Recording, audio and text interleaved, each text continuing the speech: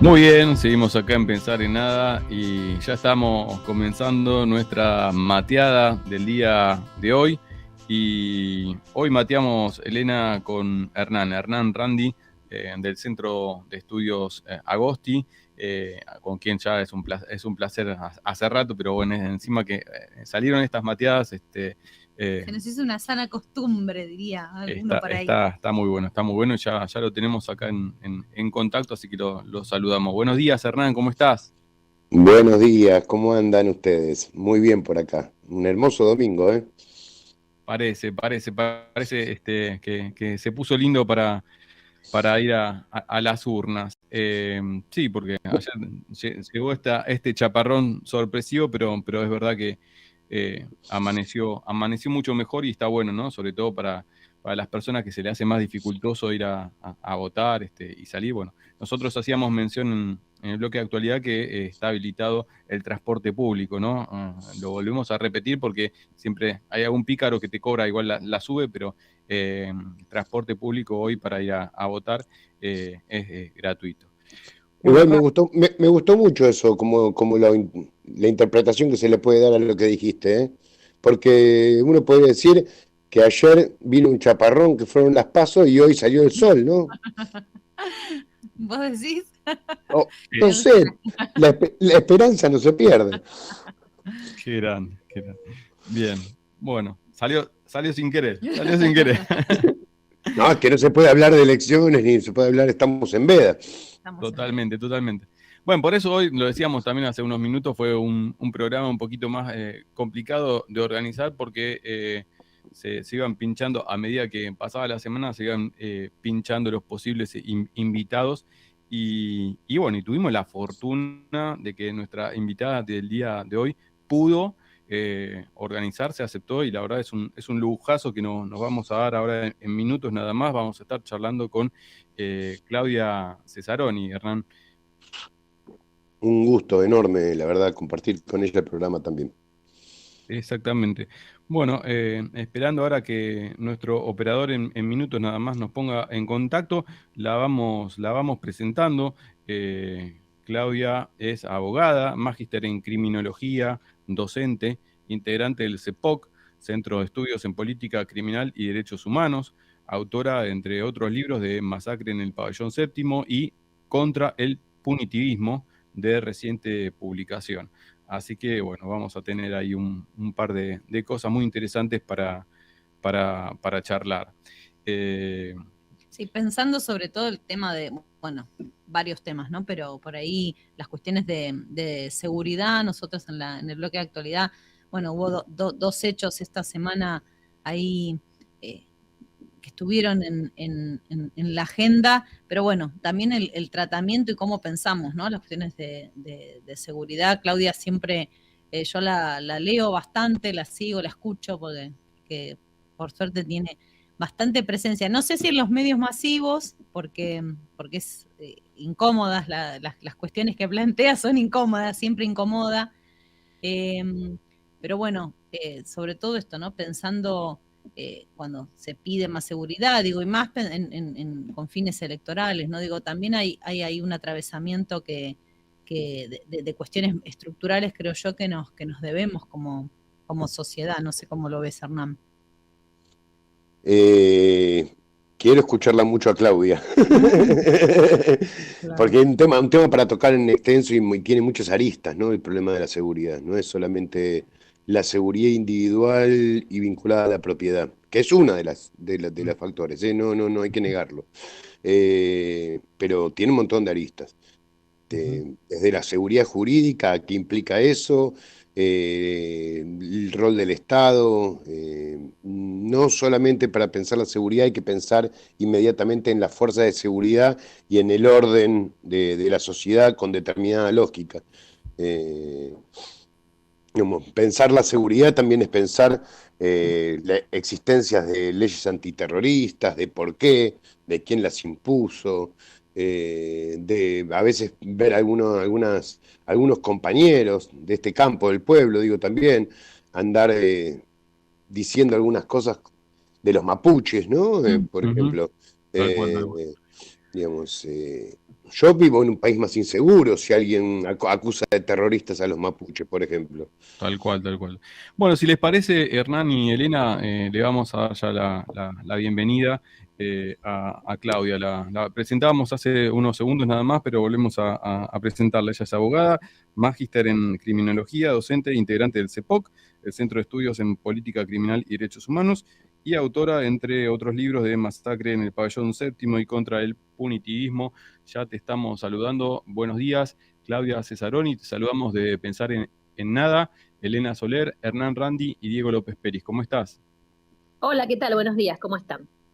Decíamos, Claudia, bueno, muchas cosas para charlar con vos. En principio, queríamos que nos cuentes un poquito para comenzar. Sabemos de tu tarea en lo que es el CEPOC, el Centro de Estudios de Políticas Criminalista. Si nos querés contar de qué se trata ese centro de estudios en el cual participás, si no me equivoco, desde el año 2004.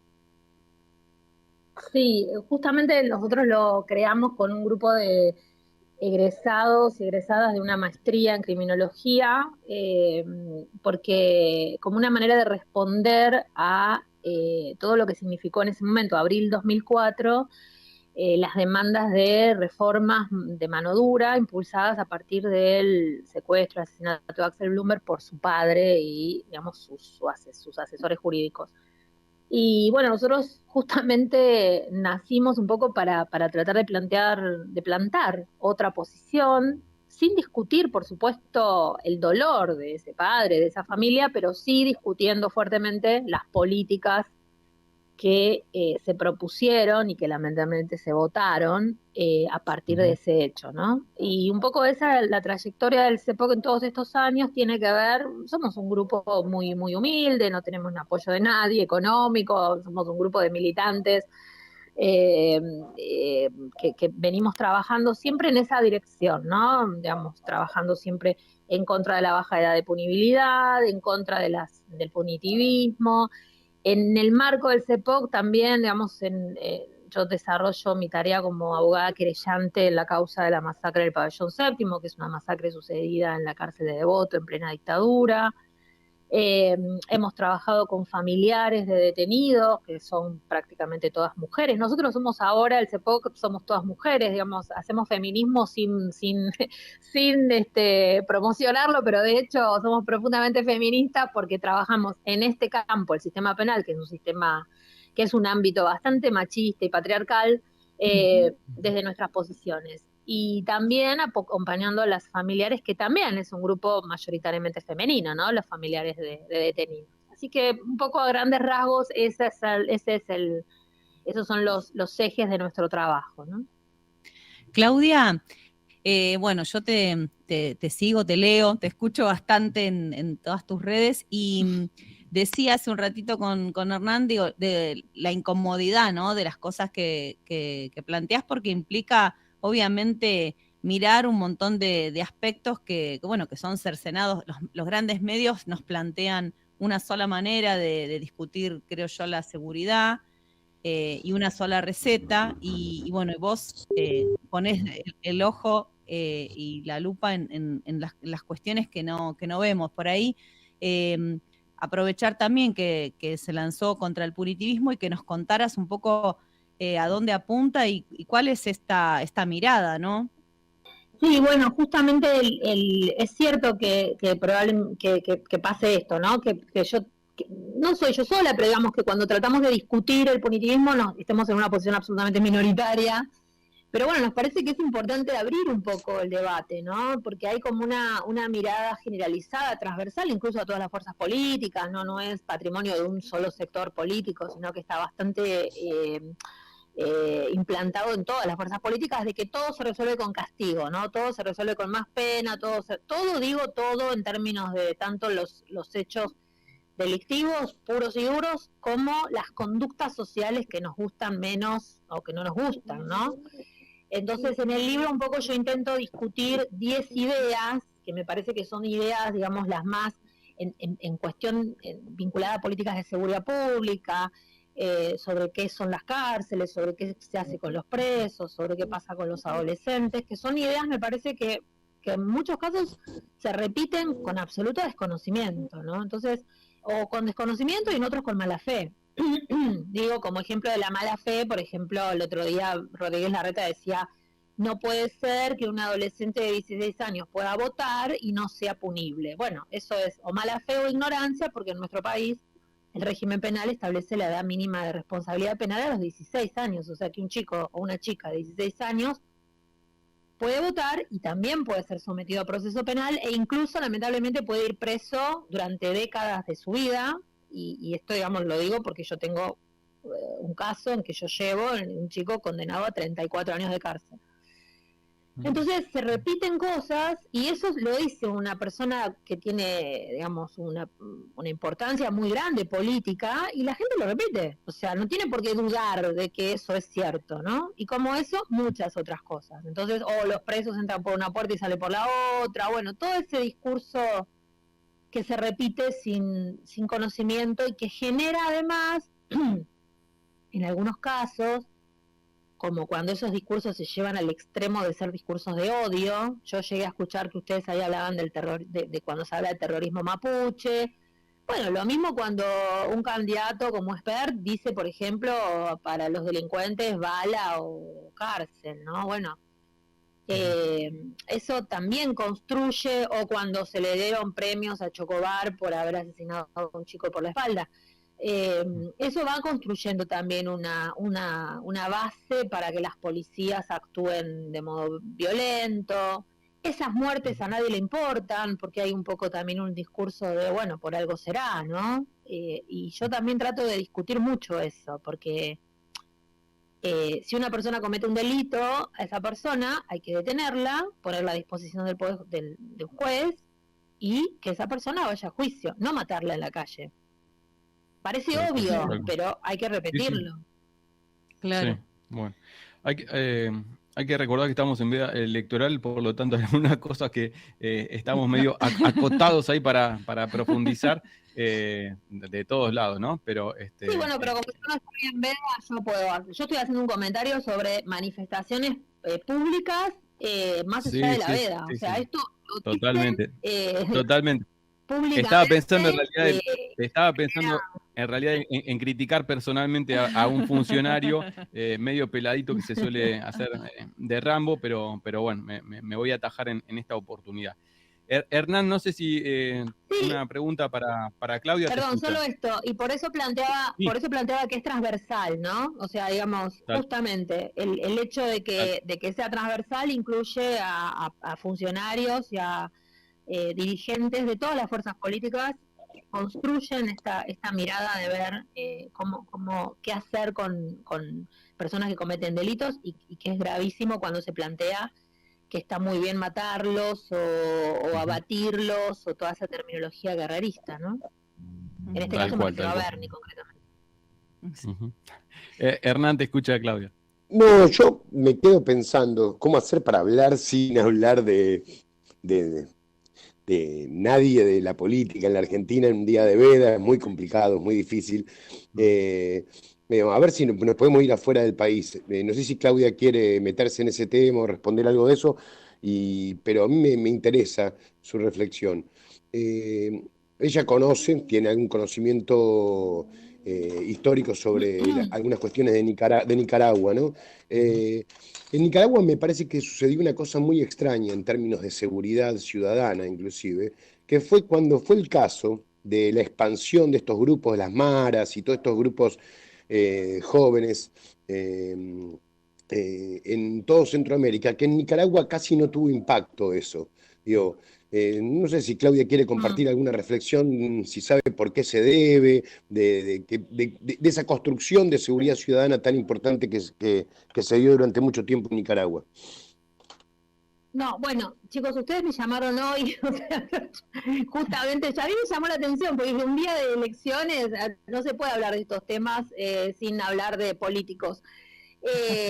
Hablar de Nicaragua, de Centroamérica, digamos, me parece, a mí, yo, digamos, prefiero hablar de lo que sé, ¿no? Sí puedo decir que justamente el fenómeno de las maras se dio en países como Honduras y El Salvador, porque son países en los que se impusieron políticas que llevaron al exilio a miles y miles de personas luego de las guerras internas, digamos, sobre todo en El Salvador, o de los gobiernos dictatoriales en el caso de Honduras.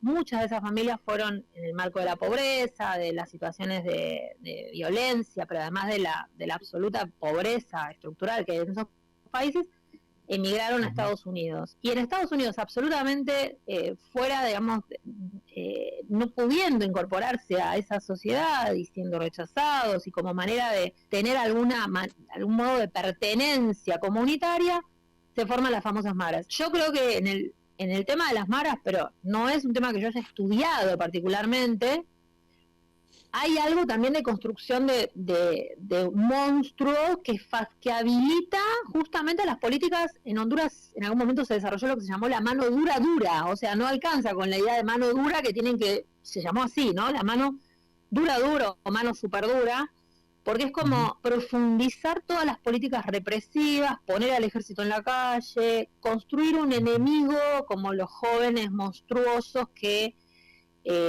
justifican la militarización de las calles. Entonces yo creo que eso, obviamente en Nicaragua el proceso fue distinto, por el tiempo que el Frente Sandinista pudo consolidar ciertas políticas en el poder. Entonces me parece que con eso tiene algo que ver la diferencia en cuanto a la construcción de este enemigo interno que justifica, lamentablemente, políticas absolutamente represivas y brutales como las que se dan en El Salvador, en Honduras y en Guatemala, ¿no? Claudia, ahora que decís esto, cómo se construye el monstruo, ¿no? Cómo se construye también los distintos tipos de víctima y el estigma sobre determinados delitos y quiénes, digamos, depende del victimario, ¿no? Absolutamente, y cómo se ven como víctimas, digamos, cómo la manera de ver a quienes son víctimas y quienes no tiene yo diría no doble, sino triple o cuádruple vara, ¿no? En esta semana, si decimos el kiosquero, todos sabemos de qué se está hablando, ¿no? La persona asesinada en la localidad de Ramos Mejía hace 2 o 3 semanas. Ahora, un chico, en estos días fueron asesinados varios adolescentes en supuestos enfrentamientos con policías o en situaciones de violencia como el caso de Rosario, o un chico tirado al río en el Paraná o empujado a que se tire para escapar de la policía en Corrientes hace unos días. Y de esos muertos no sabemos el nombre, no sabemos quiénes son, no los podemos identificar por su profesión ni por si eran estudiantes, o sea, no existen prácticamente. Entonces, esa construcción de determinadas víctimas que generan pena, empatía, horas de pantalla y otras que no existen, me parece que también son parte del problema, porque obviamente todas esas víctimas son igual de importantes, todas esas muertes son igual de importantes y el dolor que provocan en su familia, sus amigos, su comunidad, es igual. Ahora, la consideración pública, cómo se construye la consideración pública, no es igual. Entonces se legitiman las muertes de algunas personas como si fueran descartables, y con la muerte de otras personas, hablando de Veda, anoche, por ejemplo, la familia de este señor estuvo en un programa de televisión, obviamente en un marco, digamos, en un programa que es absolutamente opositor, ¿no? Entonces, esa presencia construía también una idea de no hay seguridad, nos matan en la calle, bueno, todo este discurso que obviamente contra quién va a ir, y bueno, contra el gobierno y contra el gobernador. Entonces, toda esa y no creo que sea responsabilidad solamente de los medios, ¿no? Porque hay una responsabilidad de los medios, pero también me parece que en muchos casos hay falta de coraje político como para enfrentar esas cuestiones con una posición más firme y más clara en denunciar esto, ¿no? Que el dolor no puede ser discriminado por la clase, por la edad o por el lugar donde vivas, y que sí siempre es más grave cuando esas muertes las provoca el Estado, ¿no? Porque el Estado, a través de su fuerza de seguridad, tiene la función de protegernos a todas las personas, ¿no? No de matarnos en la calle. Hagamos lo que hagamos, salvo salvo si la vida de otra persona está en riesgo o no hay otra alternativa, ¿no? Pero no son los casos que estoy planteando, ¿no? Tal cual, tal cual. Bueno, Claudia, te agradecemos un montón Yo tengo más preguntas. sí, Tengo sí, más preguntas. sí. Bueno, dale, porque yo en realidad quería hacerle una, pero que estaba relacionada con otro tema, con otro libro, que también... Toda la vamos a exprimir, no, tenemos que invitarla otro día. Sí. Bueno, no, yo te escuchaba. Tengo que ir a votar, ¿eh? Y, ay, sí, Claro, sí. nosotras también. No, está bien, no hay problema. No, te escuchaba, y con esto de la responsabilidad del Estado, y lo que tampoco se discute, ¿no? Entre estas incomodidades, yo lo digo bien, lo de la incomodidad, ¿no? Del llamado a la reflexión que genera lo que vos planteás, claro. Es la situación de las cárceles, ¿no? Es decir, bueno, porque ¿cómo se piensa que alguien, digamos, este tema de las penas, ¿no? Todos aprendemos, o sea, hasta podemos aprender de vos o de alguien que se ponga a explicar, pero se construye la idea de cómo debe ser la administración de la justicia con un discurso mediático que poco tiene que ver con la realidad, ¿no? Esto, vos decís, el delincuente que entra por una puerta y sale por la otra, pero además, ¿qué pasa en ese proceso donde la Constitución dice que las cárceles deben ser limpias y seguras y deben estar para la rehabilitación social? Y bueno, ¿qué pasa en la realidad, no? Sí. Totalmente. Ahí hay algo interesante que es cuando se menciona lo que dice la Constitución. En general se menciona esto del artículo 18, las cárceles serán sanas y limpias. Hola.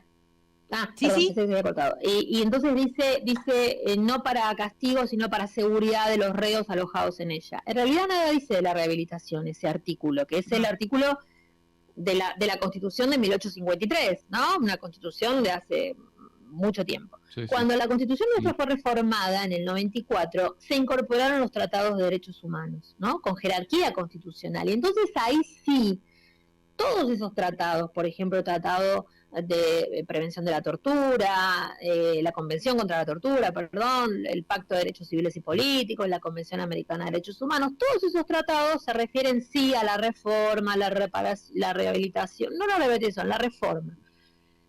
Y nosotros tenemos una ley, la 24660, que habla de reinserción social. Muy bien. Ahora vamos a lo que sucede. La verdad es que ahí hay un problema, porque en la inmensa mayoría de las cárceles, las experiencias reales de acompañamiento a las personas que están presas para que puedan... A mí no me gusta mucho el término reforma porque me suena a una casa, ¿no? Que la tenemos que reformar como si fueran las paredes de una casa. Y el término reinserción tiene una dificultad, que es que mucha gente no estaba insertada socialmente. ¿Qué significa estar insertado socialmente? ¿No? Uno puede preguntarse, ¿qué significa estar insertado? Uno puede decir, bueno, estás insertado si terminaste la escuela secundaria, si tenés un trabajo registrado, si tenés un lugar digno donde vivir. Bueno, la inmensa mayoría de la gente que está presa no tiene ni siquiera el primario terminado. Eso es un dato. Mucho menos tiene un trabajo registrado, mucho menos. Entonces, cuando vos decís reinserción, estás hablando de algo que en realidad es un poco hipócrita, porque no estaba insertada en ningún lugar. Vos podés decir, bueno, esta persona mientras está presa, vamos a hacer lo posible para que salga mejor de lo que entró.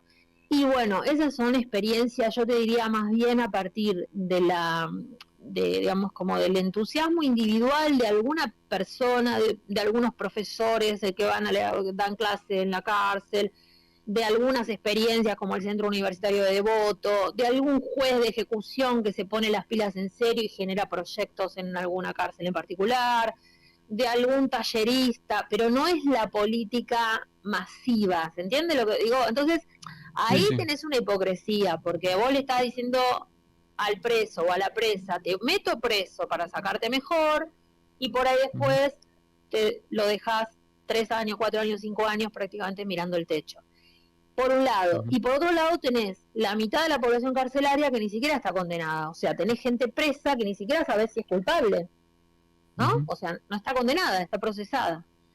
Esa gente no debería estar presa. Entonces habría menos gente en la cárcel, podrían hacerse más cosas, la gente estaría menos hacinada. O sea, nosotros tenemos que pensar que cuando hablamos de cárceles, hay gente que está en celdas, encerrada, horas de su vida, de sus días, en lugares donde con capacidad para 2 personas hay 6. Entonces, simplemente ustedes pónganse a pensar cómo vivirían, con qué expectativa, con qué ganas de salir reinsertados si tenés que vivir años en un lugar de 3x2 o 2x3 o 2x4, donde hay capacidad para 2 personas y viven 6. Digo, ya sí, eso hace muy difícil pensar en salir mejor de lo que entraste. Y una vez que salís, si salís vivo, si salís viva, si no te contagiaste alguna enfermedad, si no te dejaron ahí tirado con algún problema, tenés que salir a buscar laburo, para el caso que no quieras seguir, digamos, robando, lo que fuera. ¿Y cómo haces para conseguir trabajo si en los trabajos registrados te piden certificado de antecedentes? ¿No? ¿Cómo haces? Sí. Digamos, ¿cómo se resuelve en concreto eso? Bueno, eso hace muy difícil pensar en la resocialización o reinserción social, ¿no? Hernán, ¿alguna pregunta final para Claudia, de tu parte? No, digamos, el panorama que pinta es concreto, duro, como es nuestra sociedad, es así. Me interesó mucho la respuesta que dio sobre las maras porque por esa estigmatización que hay, se construye permanentemente estigmatización sobre la pobreza, los pobres, las pobres. No, y por ahí una cosa más para escucharla, yo me podía quedar horas escuchándola, la verdad que es muy interesante que esté esta voz también desde los oprimidos y las oprimidas en nuestra patria, porque es justamente de los que está hablando desde ellos. Pero alguna reflexión de Claudia en torno a los presos políticos que hay en Argentina hoy, a Milagro, a tantos, ¿no? Son 18, algo así. No, mira, ayer escuchaba justamente a José Schulman de la Liga dando una cifra, si no me equivoco, de 35, porque hay algunos casos que por ahí no son tan conocidos como el de Milagro o el Schiavi o los más conocidos y suman varios más. Bueno, tenemos el caso de Facundo Molares, ¿no? Gravísimo, digamos, detenido y aparentemente pronto a ser enviado a Colombia, lo que pondría en riesgo su vida, ¿no? Un argentino que ha acusado de haber sido miembro de las FARC, con grave problemas de salud, que acaba de ser trasladado a la unidad 6 de Rawson, que es una unidad de máxima seguridad, sin motivo alguno, porque estaba en Esquel, cerca de donde vive su familia. Bueno, obviamente eso, digamos, creo que Hernán lo sabe, yo parte de mi práctica militante histórica ha sido trabajar por la libertad de los presos políticos en todos los momentos en que ha habido, desde el 85, haciendo huelga de hambre por los presos heredados de la dictadura, hasta ahora visitando a Milagro o a Amado cuando todavía estaba preso, o a Luis de Lía, obviamente. Creo que eso es una vergüenza que no debería seguir sucediendo, y entiendo al mismo tiempo que es parte de las luchas, digamos, de los riesgos de las luchas y de los luchadores populares, pero que también como parte del movimiento popular no debemos dejar de exigir nunca la libertad de esos compañeros y esas compañeras, los más conocidos y los menos conocidos. Y al mismo tiempo, yo quiero decir esto porque no es una cosa que también trato de plantear, no descubramos la situación de las cárceles porque caen presos compañeros y compañeras militantes políticos, ¿no? Hay mucha gente que solo mira la cárcel cuando cae o cuando es detenido alguien que no es habitué de la cárcel. ¿Se entiende a lo que me refiero? O sea, cuando es detenido Amado, o Schiavi, o Luis, Elía. Por supuesto, el reclamo por la libertad de ellos, sin dejar de mirar todo el tiempo lo que pasa en la cárcel, ¿no? Porque mucha gente descubrió la prisión preventiva cuando se la aplicaron a Milagro, pero hay miles de personas con prisión preventiva injustamente detenidos. Entonces me parece que mirar a nuestros compañeros y compañeras presos políticos también tiene que servir para mirar la cárcel todo el tiempo, ¿no? Tal cual. Bueno, Claudia, la verdad te queremos dejar que vayas a votar. Te agradecemos un montón el contacto con nosotros. Y la verdad, bueno, para despedirte, no sé si te querés en 2 palabras decir, yo me quedo con esta semana salió la noticia de que nuestro país iba a donar dosis de vacunas a algunos países de África que claramente no tienen la posibilidad de adquirir las vacunas, y la verdad, pensando en este tema y en que íbamos a hablar con vos, se me cruzó así con la idea, el espíritu de la solidaridad, y me vino en mente tu libro también, El Brigadista. Entonces, si tenés dos palabras para definir de qué se trató esa experiencia de solidaridad mundial, como para dejar un mensaje final esperanzador, ¿no?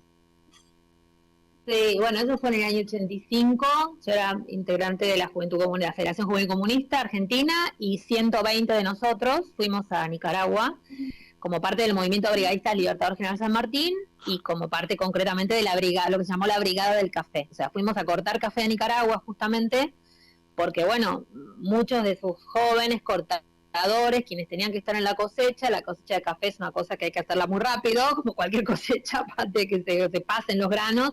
Y bueno, muchos de los que tenían que hacer eso estaban justamente en la frontera defendiendo la patria del ataque financiado por Estados Unidos. Así que bueno, fuimos parte del movimiento brigadista internacional que acompañó al proceso nicaragüense en ese momento y al pueblo de Nicaragua, y es uno de los momentos más luminosos, felices de mi vida, de haber sido parte de esa experiencia con mis compañeros y compañeras, y con un pueblo que es en una patria que siento como propia, ¿no? Porque bueno, todavía seguimos en contacto con muchos de aquellos compañeros con los que cortamos café, y bueno, seguimos sintiendo que Nicaragua es parte de está en nuestro corazón.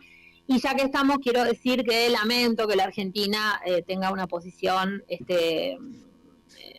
vergonzosa en el ámbito de la OEA, que es otra organización vergonzosa, cuestionando el proceso electoral en Nicaragua, ¿no? Así que bueno, lamentablemente ahí también hay que seguir batallando para que saquen las manos de Nicaragua, ¿no? Que dejen que Nicaragua se exprese y maneje su situación interna como se le ocurra al pueblo nicaragüense. Autodeterminación de los pueblos. Claudia Cesaroni, Exacto. Muchísimas gracias por tu participación del día de hoy en nuestro Pensar en Nada. Bueno, de nada, un abrazo para ustedes. Hasta pronto. Hasta pronto. Bueno, Claudia Cesaroni, abogada, especialista en criminología y bueno, en caso de derechos humanos. Estamos ahí cerrando esta mateada con niños, niñas dando vuelta por todos lados que son parte de la vida, Hernán. Sí, acá Camilo interviene desde atrás. Me quedo con la reflexión que no dejó nada sin decir, Claudia, interesante. Se metió en todos los temas, inclusive los temas que son ásperos para esta construcción que estamos intentando hacer en el país de juntar mucho pueblo para una sociedad más justa, ¿no?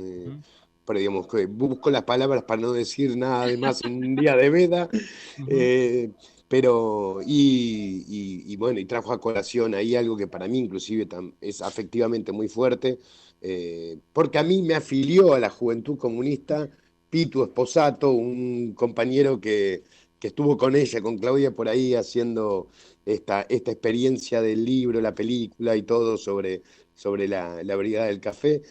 Así que imagínate la admiración que tenía yo en ese momento, siendo tan joven, por esos brigadistas y esas brigadistas que iban a Nicaragua, porque siempre la solidaridad ejercida desde la realidad de los presos y las presas en Argentina, a cualquier otro tipo de solidaridad con todos los pueblos del mundo que luchan y que se defienden del imperialismo, siempre tiene un lugar especial en nuestro corazón, ¿no? Tal cual. Bueno, Hernán, muchísimas gracias y será hasta la próxima. Un abrazo muy grande para ustedes, muy lindo programa, la verdad. Bueno. Chau. Hernán Randi, compartiendo hoy nuestra mateada y esta charla con Claudia Cesaroni. Así que lo despedimos hasta la próxima. Y Elena, cerramos acá también la mateada del día de hoy. Nos vamos a la tanda y se viene ya la columna de géneros. Exactamente. Ahí vamos.